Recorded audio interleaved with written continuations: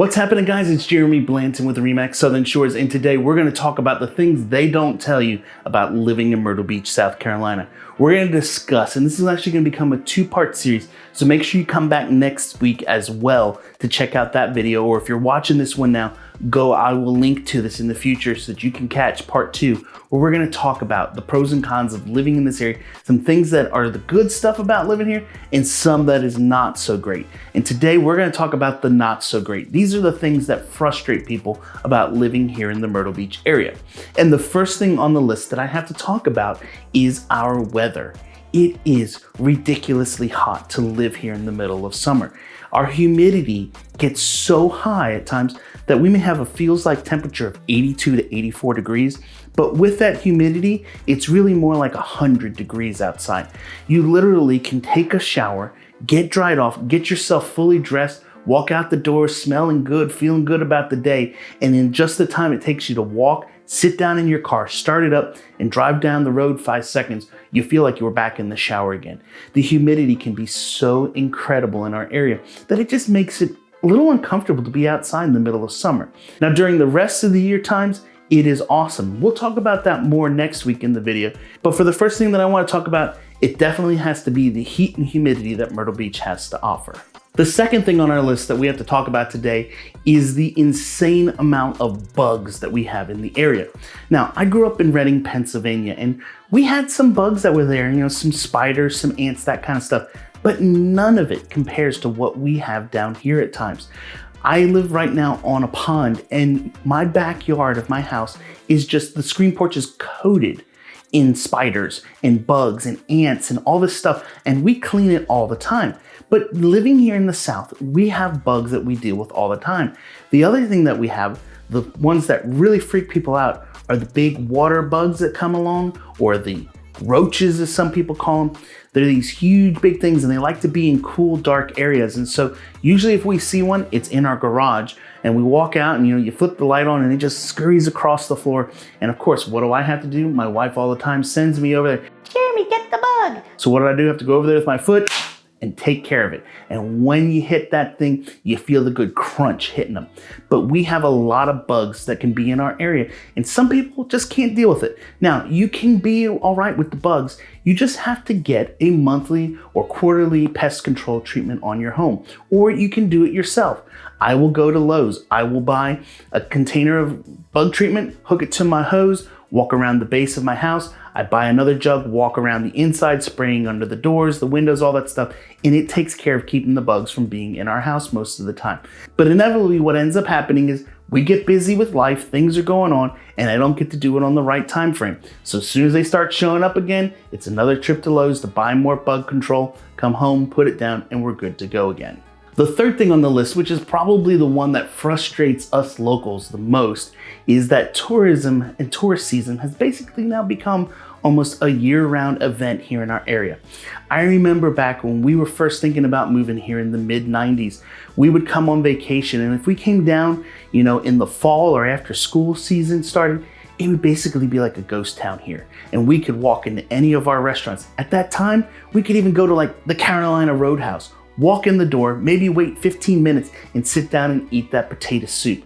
Now though, if we want to go in off season, you're still waiting 45 minutes to an hour on most days because tourists are still in town. Tourism has gone from being a short season of during the summer to now almost a year-round occasion.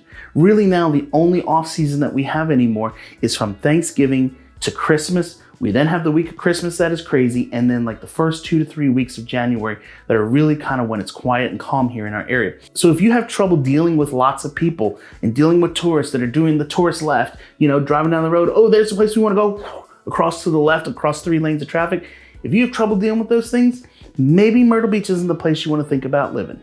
The fourth thing on the list that frustrates people, and is one of the things that I deal with a lot of times with clients, is they want to move to the area. They don't really do a lot of driving. Maybe they're coming from one of the big cities and they say, well, Jeremy, we'll just walk everywhere. We ride our bikes. We're very healthy, athletic people, and we love to ride our bicycles to get around.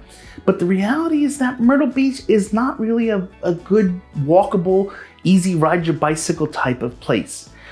First off, down inside city limits, you don't want to do that ever because, well, all the tourists around there. And as I mentioned a few moments ago, they're doing the tourist left. And if you're riding along the road and they don't see you, they're just plowing you over to go to where they want to. That dinner at Long John's is too important to them. Then they're going to go over anything to get there. So be careful.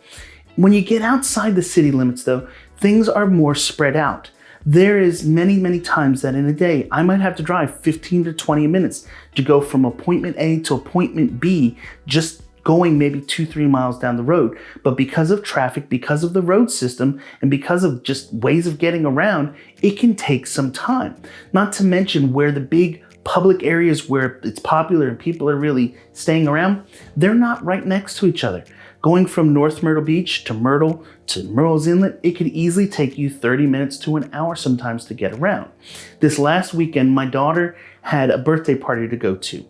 Well, in the morning, we were celebrating my son's birthday. So his birthday was down at Broadway at the beach. We went to Wonderworks and did the Upside Down House. It was a lot of fun. He enjoyed being a tourist and doing it.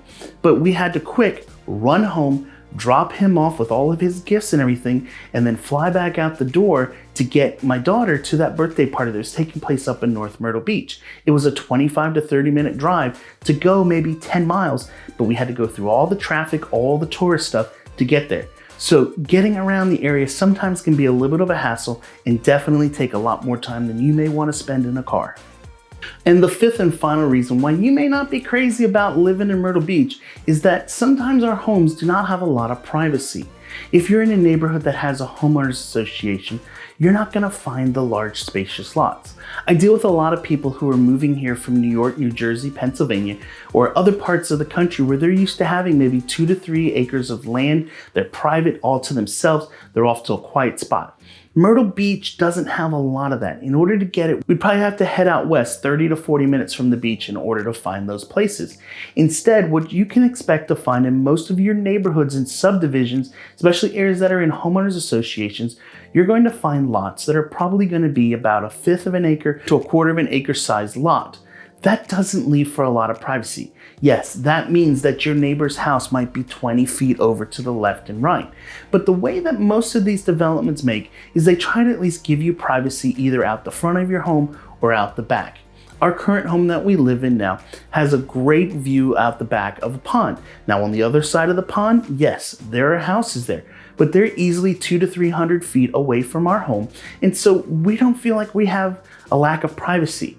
Yes, we can see the neighbors in their backyard and their dogs when they're out there. And of course, it makes my puppies go crazy and they bark and everybody then barks in the neighborhood and all the dogs have a big powwow at the same time. But it's okay. When we're in our home, we have our privacy. We have privacy out the front. There's a little bit of a wooded area out there. And so a lot of the neighborhoods around the area do a decent job with that. If you're someone though who wants that privacy, make sure when you're picking your house that you relay that to your agent so that they can help you and find that.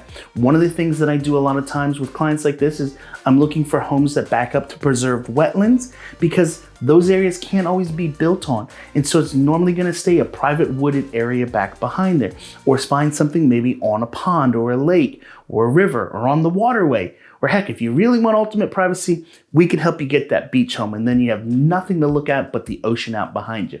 But there's so many other ways to find a little bit of privacy.